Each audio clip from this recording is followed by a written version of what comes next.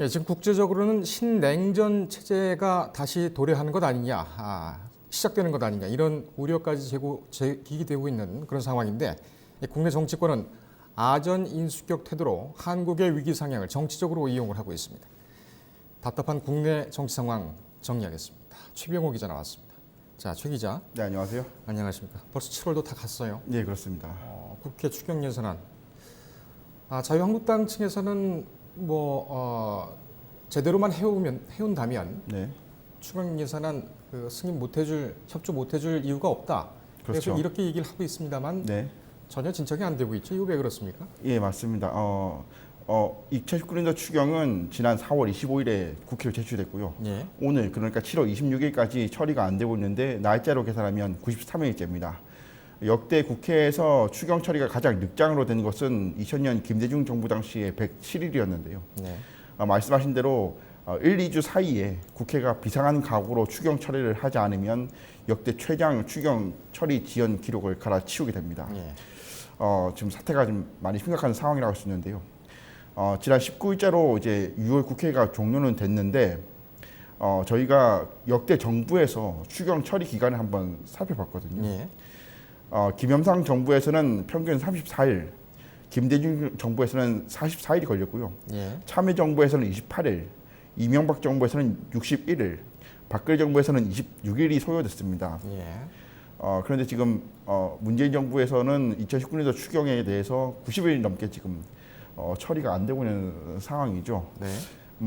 이유는 여러 가지 있겠지만 가장 직접적으로 보는 이유는 역시 자유한국당의 발목 잡기가 가장 큰 이유로 꼽히고 있습니다. 네. 나름대로 사정은 있겠습니다. 네. 각 당에서 그리고 또 최 기자가 보는 출입 기자로서 보는 그런 어떤 배경은 뭐가 있을까요?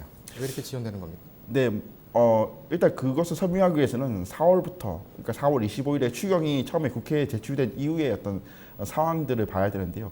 몇 가지 결정적인 장면들이 있었습니다. 예. 아시겠지만 4월 말에는 선거제 개편과 고위공직자 비리수사처, 즉 공수처 설치에 대한 패스트트랙 문제를 놓고 국회 여야가 극한의 대립을 벌였거든요. 네. 이것 때문에 4월에는 일단 추경 처리가 안 됐고요. 이후에는 한국당이 이 패스트트랙 문제를 놓고 장기간 국회 등원을 거부하면서 국회가 열리지가 않았습니다. 그래서 또 추경이 논의가 안 됐습니다. 그래서 이제 6월 국회에는 극적으로 이제 합의를 했고 7월 19일 그러니까 6월 국회 마지막 일정 때 추경 처리를 하는 것으로 합의를 했는데 예. 북한의 목선 귀순 사태 등의 책임을 놓고 정경두 국방장관 해임을 야당이 요구했고 이것을 해결해 주면 먼저 해임을 하면 추경 처리를 동의하겠다라고 조건을 걸면서 또 합의가 깨졌습니다. 예. 민주당에서는 당연히 이 정경두 국방장관 해임에 동의하지 않았고 그래서 7월 19일에도 추경 논의는 불발이 됐습니다. 예. 한국당 계속 추경 처리를 반대하고 있는데 네.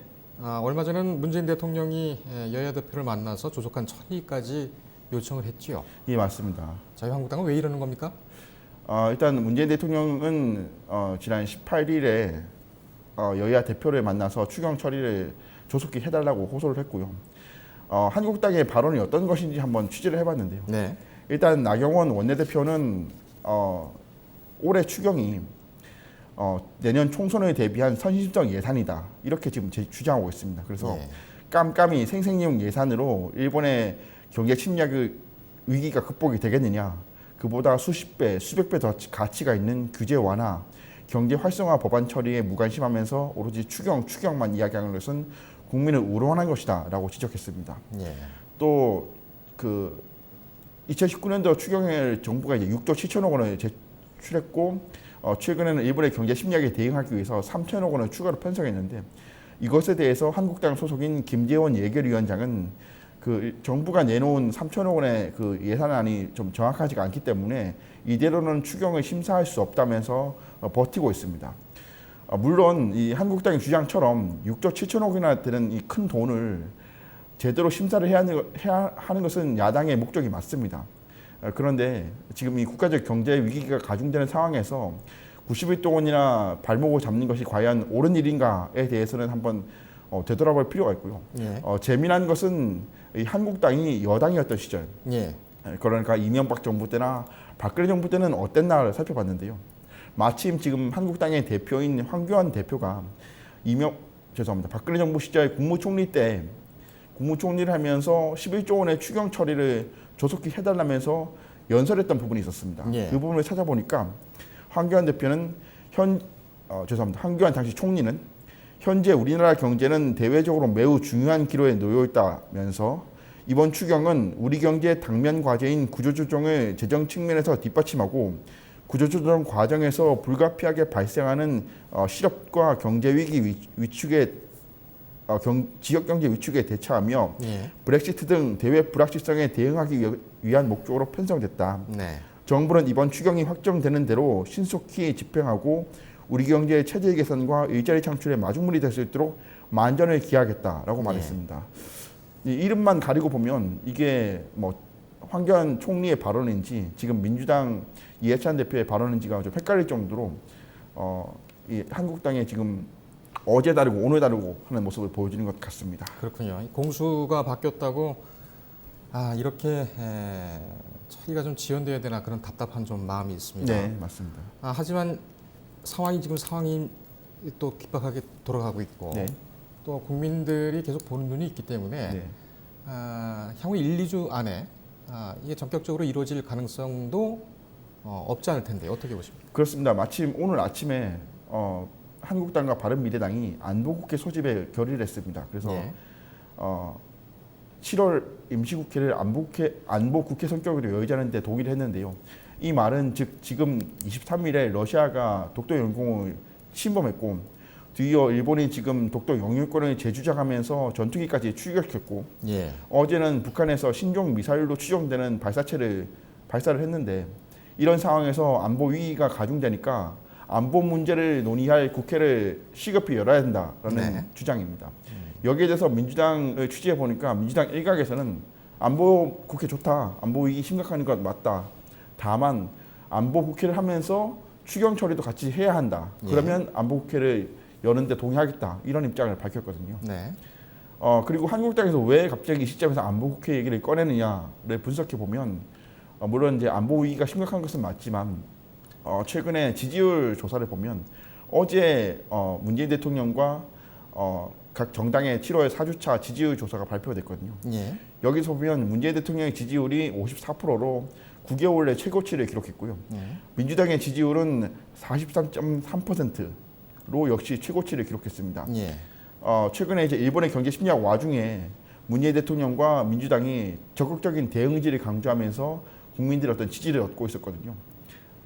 그것을 보고 한국당도 아차 이거 우리가 계속 뭐 일본만 편들다가는 지지율이 빠질 수 있겠구나라는 위기감에 안보국회 이야기를 좀 꺼낸 것으로 보고 있습니다. 일본만 지지한다는 얘기는 안 했죠. 자유한국당에서는 그렇게 뭐 우리는 그렇게 보일 수가 있습니다만. 예. 예. 그 지금 원포인트 국회입니까? 안보 예. 하나만 하겠다는 겁니까? 예, 맞습니다. 추경이라든지 다른 안은 없고. 일단 야당 한국당과 바른미래당에서는 안보국회 이야기를 꺼냈고요. 예. 그에 대해서 민주당에서는 추경 처리를 동의해주면 안보국회 개원에 우리도 같이 하겠다라는 입장입니다. 그렇군요. 지금 상황 돌아가는 걸 보면은 자유한국당 입장에서는 지금 정부가 네, 처음에는 조금 매끄럽지 않은 그런 부분도 없지 않았어요. 네, 일본의 통상 문제라든지 아니면 청와대의 국민소통수석과 네, 국방부가 러시아 항공기에 대해서 그 공식적인 입장 같은 것을 네, 분석하는 맞습니다. 것이 안보국회 원포인트로 가자는 것은 이런 것을 좀 정치적으로 이용을 해서 네. 오히려 부각을 시켜서 그러니까는 지금 정부의 잘못하고 있는 점을 좀 부각을 시켜서 상대적으로 보수적이고 또 안보가 강하다고 정통적으로 강하다고 생각하고 있는 네. 자신의 당의 어떤 그런 장점을 부각시키기 위함이 아닌가 네, 맞습니다. 그런 또 생각도 드는군요. 예, 맞습니다. 다음 주에는 그 정치부 중요 일정이 어떻게 됩니까? 일단 중요한 일정으로는 아무래도 이르면 오늘 오후에 청와대 일부 개각이 인사 개편이 있을 것으로 보이는데요. 예. 그에 이어서 다음 주에는 개각이 있지 않을까 그렇게 예상이 되고 있고요. 개각이요? 다음 주에? 네, 그렇습니다. 이르면 그렇습니다. 예. 네, 오늘 청와대 인사는 뭐 다들 예상하시는 바겠지만 네. 조국 민정수석과 정태호 일자리 수석 그리고 이용선 시민사회 수석이 교체될 것으로 지금 알려져 있는 상황이고요. 예. 조국 민정수석은 과연 그러면 법무부 장관으로 갈 것이냐라는 점이 좀 관심사입니다. 자, 궁금한 게 지금 수석 자리 바뀌는 세 자리 네. 그리고 누가 올지 이미 다 알려진 사실 아닙니까? 예, 그렇습니다. 그런데 왜 청와대에서는 이것을 엠바고로 정하고 계속 발표를 미루고 있었을까요? 예, 아무래도 뭐 여론의 동향을 보는 것도 있는 것 같고요. 예. 왜냐하면 이 조국 수석 같은 경우에는 물론 이제 과거에는 이제 총선에 출마한다는 얘기가 있었지만 결국에는 이제 법무부 장관으로 갈 것이 가장 유력해졌는데 네. 윤석열 검찰총장까지 이제 파격적으로 임명한 상황에서 법무부 장관까지 문재인 대통령의 측근으로 바뀌고 또 이어서 이제 참여정부 때 공직기강 비서관을 했던 김조원 카이 사장이 지금 새로운 민정수석으로 오는 것이 지금 유력해 보이는 상황이거든요. 예. 이렇게 좀 사정 라인, 검찰 개혁 라인을 한꺼번에 바꾸는 것에 대한 어떤 국민들의 여론을 보는 것으로 보이고 예. 또한 한 가지 더 다른 점은 아직 그 일자리 수석과 시민사회 수석 같은 경우에는 후임으로 누가 올지가 결정되지 않았거든요. 네. 그것에 대한 인선 검증을 하는 좀 작업이 다소 늦어진 것 아니냐 이런 분석도 있습니다. 그러면 지금 거론되고 있는 세 명은 뭐 그대로 오가고 하는 상황으로 지금 보입니까? 그런 것으로 지금 유력한 것으로 보입니다. 알겠습니다. 이 인사라는 것은 의외성, 반전 이런 것이 묘미고 네. 저희도 상당히 쓰기가 부담스러운, 보도하기가 부담스러운 그런 뉴스인데 좀 김이 많이 빠졌다 이런 생각도 좀 듭니다. 네네. 이 보완이 잘 안 된 것인지 아니면 기자들이 갑자기 취재력이 늘어난 것인지 네. 좀 의문이 좀 드네요. 네. 알겠습니다. 오늘 고생했습니다. 네. 감사합니다.